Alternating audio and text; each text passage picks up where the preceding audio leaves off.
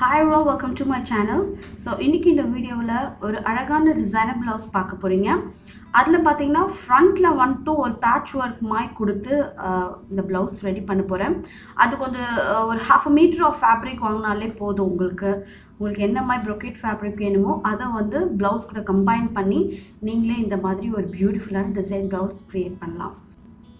So first வந்து உங்களுக்கு எவ்வளோ depth neckline வேணுமோ அதை நீங்கள் மார்க் பண்ணிக்கிங்க 8.5 9 inch எவ்வளோ நீங்கள் டெப்த் வைப்பீங்களோ அதை இந்த மாதிரி ஒரு ரெக்டாங்கிள் ஷேப்பில் மார்க் பண்ணிக்கிங்க. ஸோ இப்போ இந்த ரெக்டாங்கிள் ஷேப்புக்குள்ளே ஒரு பேட்டர்ன் வரப்போகுது. ஸோ இது வந்து it's left up to you, உங்களுக்கு என்ன டிசைன் வேணுமோ உள்ளே நீங்கள் ஃபில் பண்ணிக்கலாம். இப்போ பார்த்தீங்கன்னா இதில் வந்து ஒரு பியூட்டிஃபுல்லான ஒரு கர்வ் நெக்லைன்மா நான் கொடுக்குறேன். ஓகே, ஸோ இந்த ரெக்டாங்கிள்குள்ளே இப்போது எனக்கு வந்து இந்த நெக்லைன் நான் வரைஞ்சிருக்கேன். உங்களுக்கு என்ன நெக்லைன் வேணுமோ அந்த மாதிரி இதை ரீமாடல் பண்ணிக்கலாம். இதுதான் போடணுன்றது அவசியம் கிடையாது. ஸோ ஆல் ஓவர் தி நெக்லைனை சுற்றி 1 இன்ச் வந்து ஒரு ஹாஃப் த வே பாதி வரைக்கும் இந்த 1 இன்ச் வந்து மார்க் பண்ணணும். அதுக்கப்புறம் நம்ம நெக்லைன்லேருந்து கொஞ்சம் கர்வ் கொடுக்க போகிறோம் கீழே வரைக்கும். ஓகே,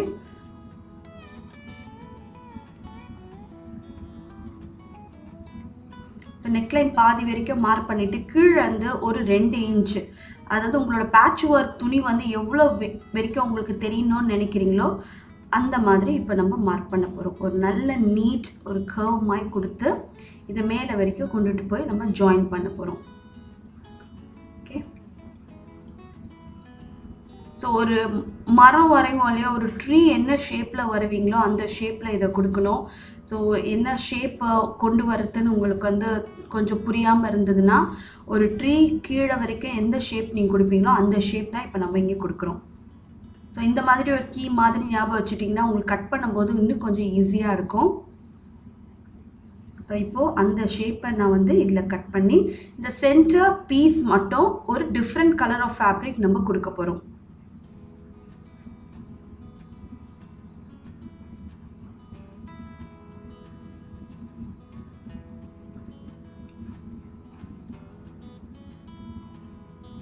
ஸோ இப்போ இந்த சென்டர் பேனல் மட்டும் நான் எடுக்கிறேன். ஸோ இந்த சென்டர் பேனல் பார்த்தா உங்களுக்கு எப்படி இருக்கும். இப்போது இதை வந்து ஒரு பியூட்டிஃபுல் brocade ஃபேப்ரிக்கில் இப்போ நான் இதை ட்ரேஸ் பண்ண போகிறேன். ஸோ அந்த சென்டர் பேனலில் கரெக்டாக துணியோட ஃபோல்டட் எட்ஜ், அதாவது துணியோட மடிப்பு சைடில் இந்த பேனல் வச்சு இப்போ நம்ம கட் பண்ணுறோம்.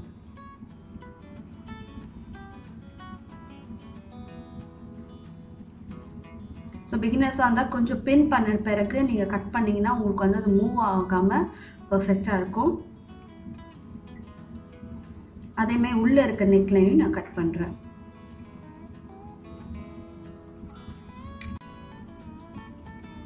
ஸோ இப்போ கட் பண்ண சென்டர் பேனலுக்கு நான் வந்து கேன்வாஸ் கொடுக்க போகிறேன், interfacing neckline canvas. Okay, so இப்போது இதோட 2 சைட்லேயும் இந்த மாதிரி இந்த பேலன்ஸ் இருக்க ஃபேப்ரிக் வந்து உங்கள் ப்ளவுஸ் வந்து இவ்வளோ பியூட்டிஃபுல்லாக இருக்கும் எண்டில். ஓகே, ஸோ இப்போ இந்த சென்டர் பேனலுக்கு மட்டும் நான் இன்டர்ஃபேஸிங் கேன்வாஸ் கொடுக்க போகிறேன்.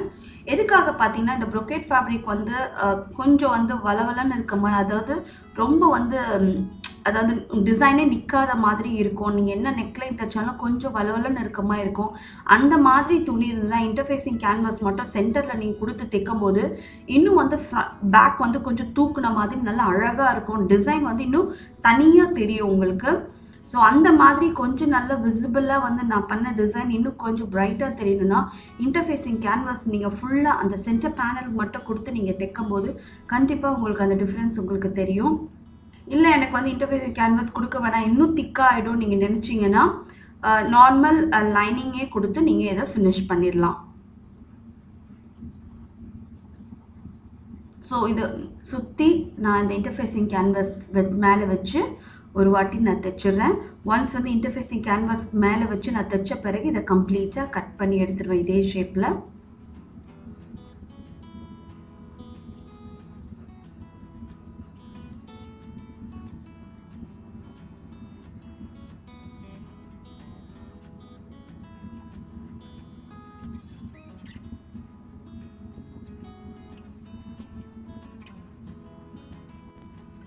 ஸோ ஒன்ஸ் வந்து சென்டர் பேனல் தைச்சு முடிச்ச பிறகு இந்த மாதிரி ஒரு கிராஸ் கட், அதாவது பயர் ஸ்ட்ரிப்பை ஒரு சைடு மட்டும் நான் மடித்து தைக்கிறேன்.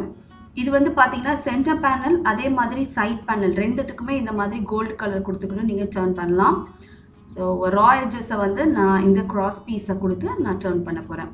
இப்போ பார்த்தீங்கன்னா இந்த ரெட்டு கலருக்கு ஹாஃப் த வேலேருந்து நம்ம வந்து டர்ன் பண்ண போகிறோம். நீங்கள் ஃபுல்லாக வந்து இந்த கோல்டன் கலர் கொடுத்து டர்ன் பண்ணிங்கன்னா கீழே வந்து மடித்து தைக்க முடியாது. ஸோ இந்த பயர் ஸ்ட்ரிப்பை பாதியிலேருந்து நம்ம இதை வச்சு டர்ன் பண்ண போகிறோம். ஸோ கீழேருந்து இப்போ நான் மேலே தைக்கிறேன். கொஞ்சம் கொஞ்சமாக நம்ம இது மேலே வச்சு நம்ம இதை தைக்கிறோம்.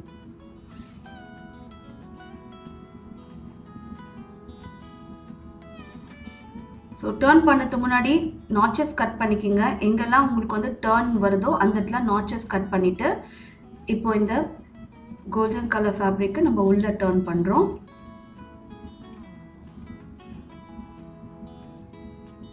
ஸோ கீழே இருக்க ரா எட்ஜை மேலே கொடுத்த பிறகு இதை டர்ன் பண்ணிங்கன்னா நல்லா த்ரெட் பைப்பிங் பண்ண மாதிரி உங்களுக்கு நல்லா திக்காகவும் இருக்கும்.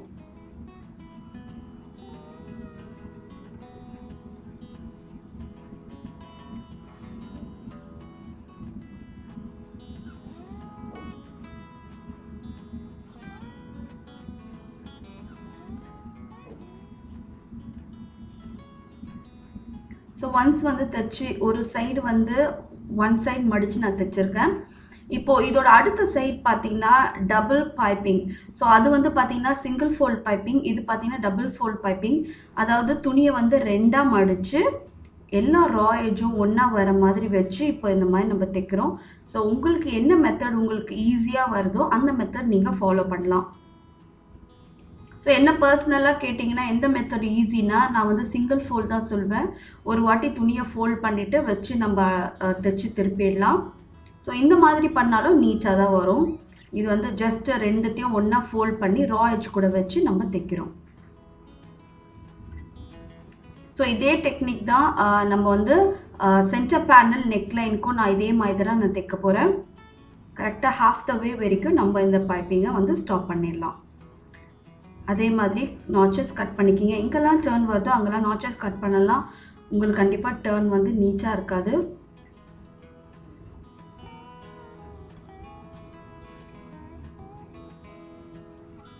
ஸோ கொஞ்சம் துணியை உள்ளே தள்ளி இதை டர்ன் பண்ணி இதுக்கு மேலே ஒரு தையல் போட போகிறோம்.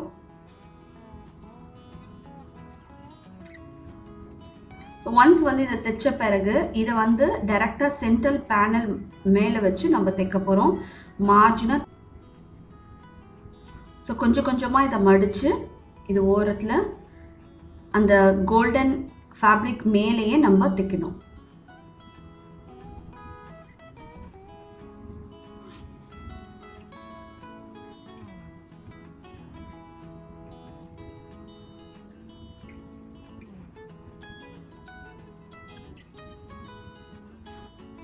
ஸோ இப்போ என்ன பண்ணியிருக்கேன்னா இந்த சைட் பேனலில் வந்து என் சென்டர் பேனல் மேலே வச்சு இப்போ நான் தைக்கிறேன்.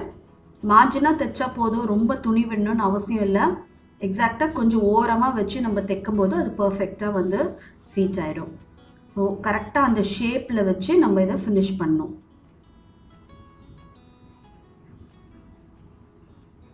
ஸோ இது சென்டர் பேனல் நெக்லைனும் same like this golden colour cross பீஸை வச்சு தான் நான் ஃபினிஷ் பண்ண போகிறேன்.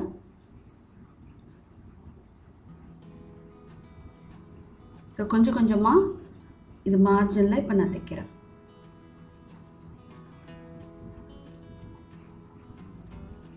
ஓகே, இதே மாதிரி என்னோட அடுத்த சைடும் நான் ஜாயின் பண்ண போகிறேன்.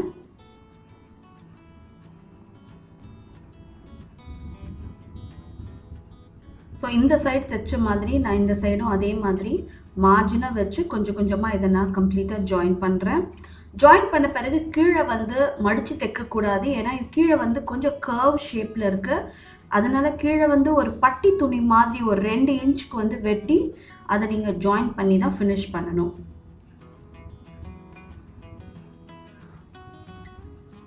இப்போ பார்த்தீங்கனாலே தெரியும், இப்போ கீழே நான் வந்து ஒரு பட்டி துணி மாதிரி கொடுத்து இதை நான் தைக்கிறேன். ஒரு 2 இன்ச் லாங் பட்டி துணி மாதிரி எடுத்து அதை நம்ம வந்து இது கூட ஜாயின் பண்ணி ஃபினிஷ் பண்ணுறோம். இது ஓப்பன் பண்ணி இதுக்கு மேலே ஒரு படிமான தையலை போட்டு நீங்கள் டர்ன் பண்ணும்போது உங்களுக்கு வந்து இன்னும் வந்து டர்ன் ரொம்ப நீட்டாக வரும்.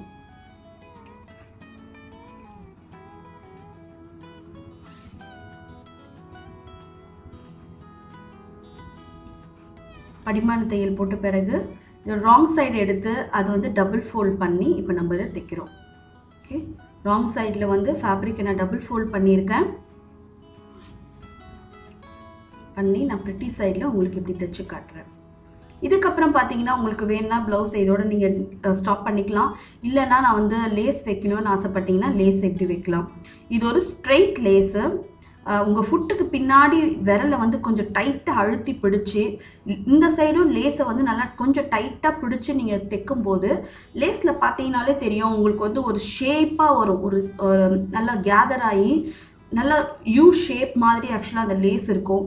ஒரு ஸ்ட்ரெயிட் லேஸை வந்து என்ன ஷேப்பில் வேணாலும் நீங்கள் ப்ளவுஸில் வைக்கலாம். இதுதான் ஒரு இம்பார்ட்டண்டான டெக்னிக். பின்னாடி நல்லா ஃபுட்டு பின்னாடி ஒரு விரலை வச்சு நல்லா பிடிச்ச பிறகு நீங்கள் விடுற லேஸை வந்து கொஞ்சம் டைட்டாக விடுங்க. பின்னாடி பார்த்தீங்கன்னா உங்களுக்கு ஃபுட் பின்னாடி கேதரிங் வருது பார்த்தீங்களா லேஸு. அந்த கேதர் ஆகிற லேஸ் பார்த்தீங்கன்னா நல்ல ஷேப்பாக இருக்கும்.